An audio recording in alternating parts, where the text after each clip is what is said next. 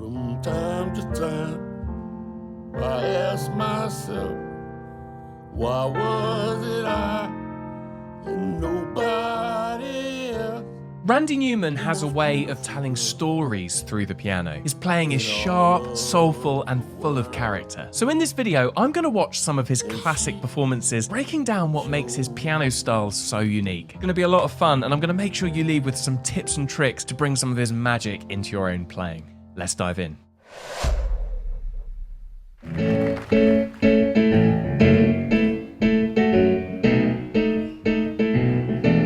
I love this intro.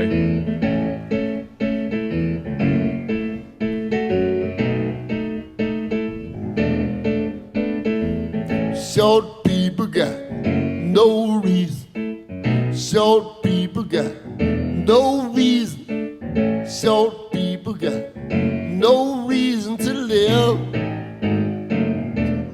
This is like a classic Randy Newman satire song.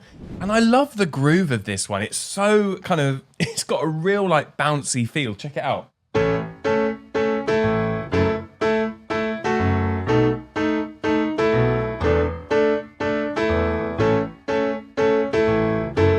So good. So let me break down what's going on here, right? We're in the key of A. That's our home key. And check out the right hand part. It's all kind of based around this right hand riff. Check it out.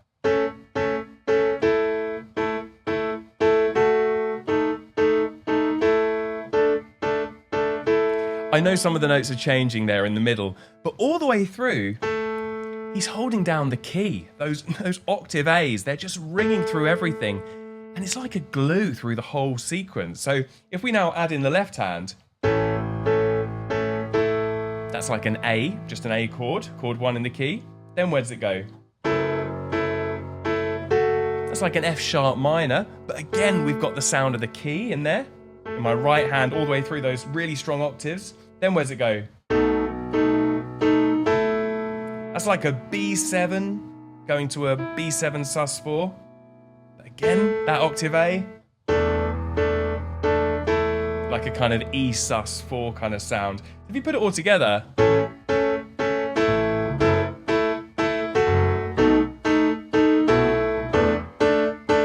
lots of kind of pop piano players do that, and it just really helps hammer the key home. Really, really cool. And you can see in his left hand, it's just super kind of groovy octaves. I think he's doing occasional little runs up. Not like that. That was a bad one. That kind of thing. But it just helps move it along. Little eyes that walk around telling great big lies. They got little noses and tiny little teeth. They wear platform shoes on the nasty little. Well, that's a nice little sequence there. When he's walking down, he goes. Don't know the words. Just check that out. It's a really nice little walking down little number. He goes A over G, like a descending bass line. D over F sharp to F7, that kind of shape.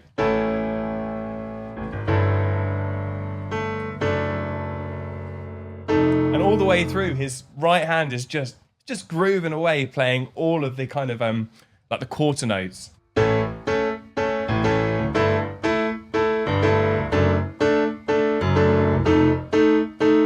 It's really nice, that little. I love that little sequence going to the F7 at the end. That works really well.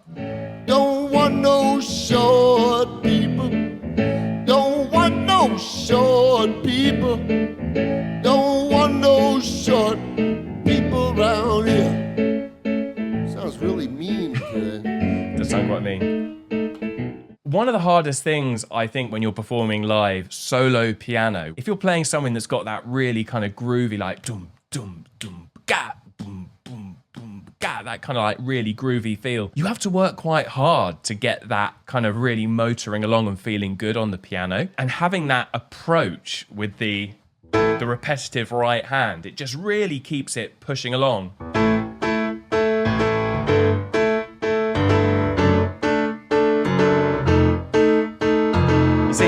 It really works, that style of accompaniment here. Don't want no short people. Don't want no short people. I love Randy's voice. Don't want no short people round here. Nice. Takes courage to do that as an ending and not feel you have to sort of go, and make it really clear that the whole thing's come to an end. Just there we go. That's the end of the song. That's harder than it looks to do that.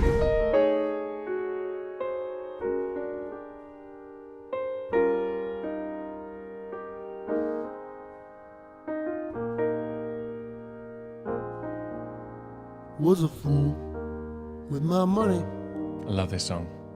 and I lost every dime. The sun stopped shining, and it rained all the time. Did set me back some, but I made it through. But I'll never get over losing you.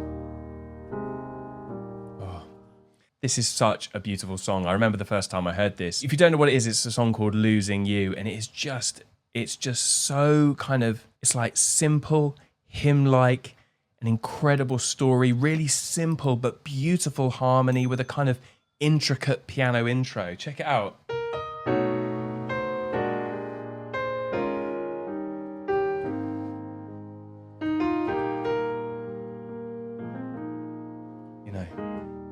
That's actually part of the tune that comes later on in the song. It's the, do you know how much you mean to me? So he's kind of referencing a later part of the tune in the intro, which is just really, really clever. He's got a beautiful touch on the piano. He really, really has. And that is something I think that often gets overlooked, is your touch on the piano. It isn't about the notes. It isn't about the complex chords, and it isn't about the rhythm. The thing that everyone hears is the touch, the kind of sensitivity, and the way you can just play a chord and make it sing.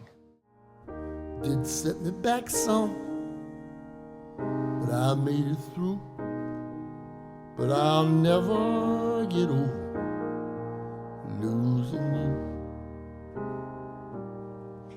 It's interesting here. What he's doing is he's occasionally playing some of the melody in his right hand. Very, very it's very subtle. He's not playing it all the way through. He's just occasionally re-articulating some of the melody as he's singing it to kind of bring that particular lyric home. So if I show you what I mean, he's going, was a fool with my money and I lost every dime. So his voice is carrying the melody there, and his the piano is carrying the chords, okay? So they've both got their distinct roles. Then he carries on, sun's shining, rained all the time. That's roughly what he's playing here. I haven't transcribed exactly what he's doing, but roughly speaking. Da-da-da-da, I made it through.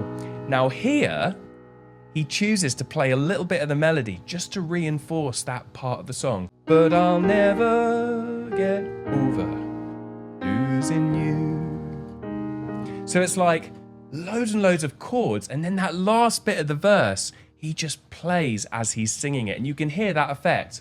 But I'll never get over losing you. It just really brings that part of the song home. It's like, oh, that's the message in the song there. It's such a subtle trick, but it works so well. Do you know how much you mean to me? That was the intro. Should have told you, 'cause it's true. I'd get over losing anything, but I'll never get over losing you. Do you see that? Really listen out in his right, and you can hear him referencing that melody. There are also some other little bits he's doing there in his left hand as he's going through. He's rocking his octave all the time. We keep on coming back to these skills, right, that all these amazing piano players use. They're simple, but so effective. He's going, let me think of a good place to show you this. I'll get over losing anything. You can see all the way through on that rundown, rocking that octave.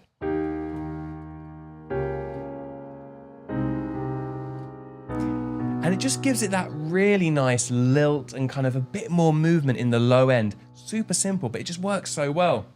I'd get over losing anything. There it is, you hear it. But I'll never get over losing you. Oh, you hear that bit? The way he just went. So beautiful, so simple. It's like a little rock between 1, 4 over 1, and 1. So just to recap, we're in the key of E flat here. And he just literally moves these two notes here. The B flat and the G. He moves them up there, which gives us like an A flat over E flat.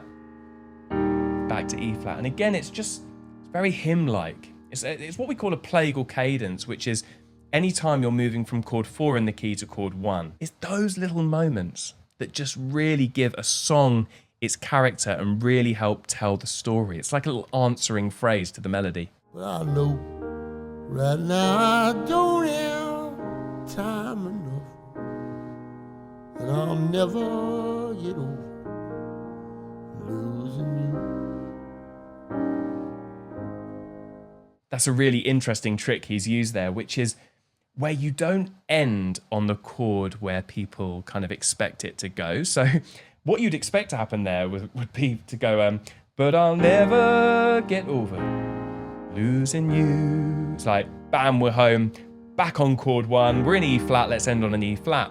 But what he did there was he ended on the relative minor. And the effect of that is quite different because it makes the listener think, oh, there's something else still to come. There's another bit of the story. So he went, but I'll never get over losing you.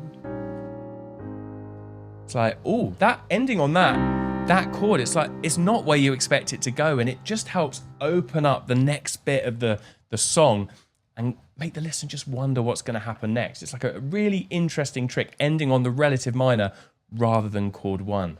I guess most of my dreams have come true. With it all here around me, no peace do I find, 'cause I'll never get over losing you. Ooh, that was nice. 'Cause I'll never get over losing you. Oh, it's like a lovely little bluesy move there. So he went again to the C minor, then he went E flat 7 over B flat.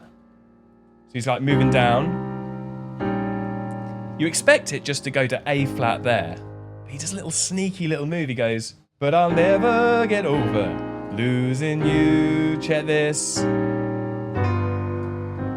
Oh, really kind of gospel-y, bluesy. It's got that real soulful sound. He's just working his way chromatically up, like G7 to A flat 7, that kind of sound. You know, he's got this little kind of crush note here, which actually, that's like the, oh, I'm getting a bit complex now, but we're in the key of E flat. It's kind of like the blues, kind of the sound of the blues in E flat, the flat third. You know that sound? Yeah, it works really, really well. Randy Newman has all of those really bluesy sounds under his fingers. It comes out so much in a lot of his music. He's one of those musicians that can access a lot of different sound worlds. He's got them just there, ready to go under his fingers. It really, really is impressive.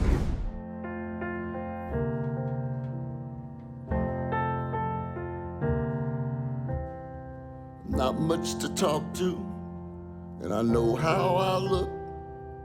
What I know about life comes out of a book. But of all of the people there are in the world, she chose me. Ooh.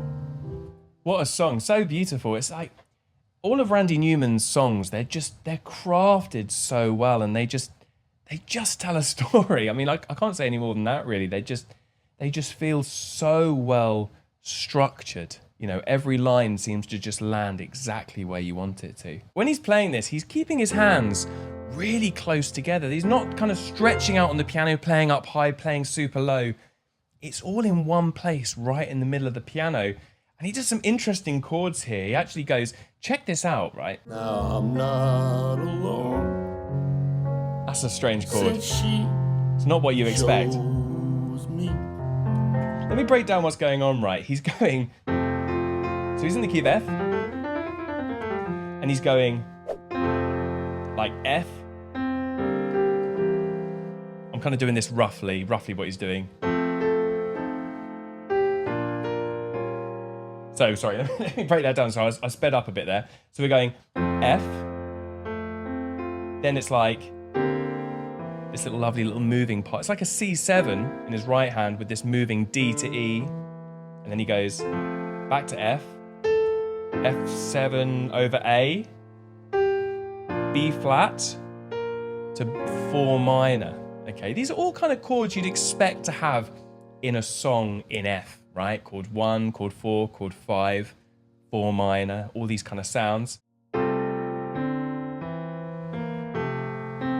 Then he does this.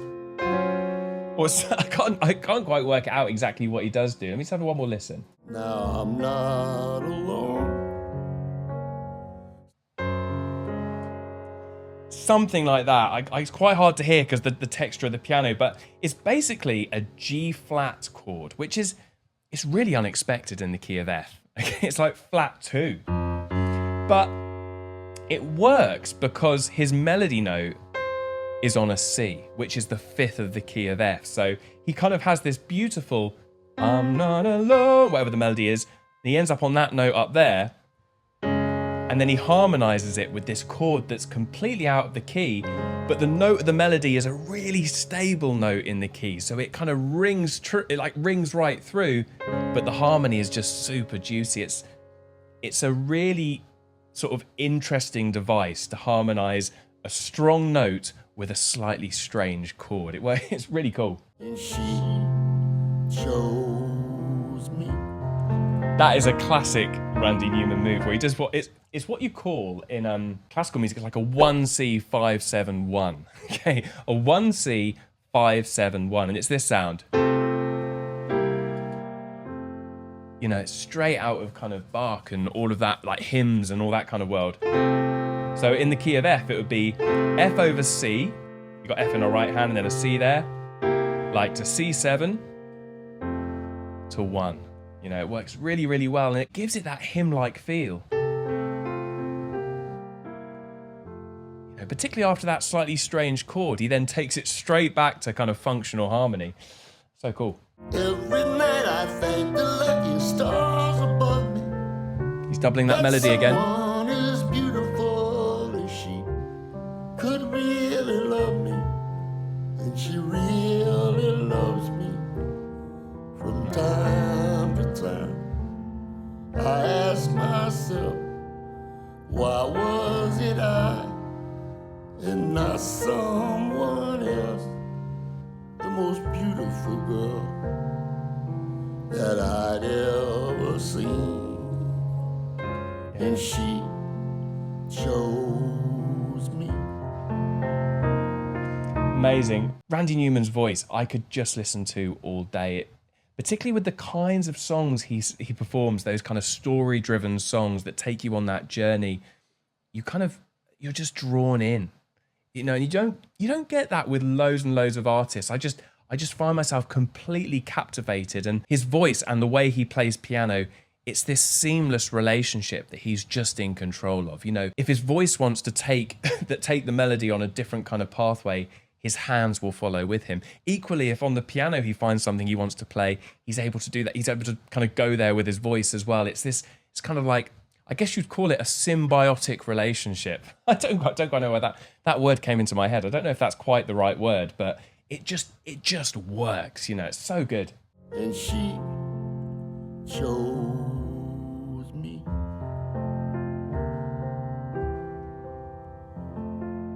Ooh. Such a beautiful, simple ending.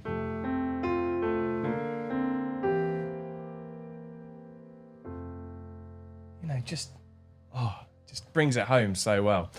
Amazing.